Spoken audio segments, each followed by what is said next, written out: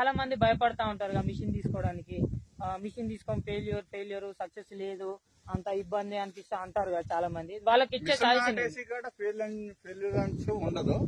కొంచెం మనం నారు పెంచుకునే కాడ కొన్ని జాగ్రత్తలు తీసుకుంటే కనుక మిషన్ ఎట్టి పరిస్థితుల్లో ఫెయిల్యూర్ ఉండదు.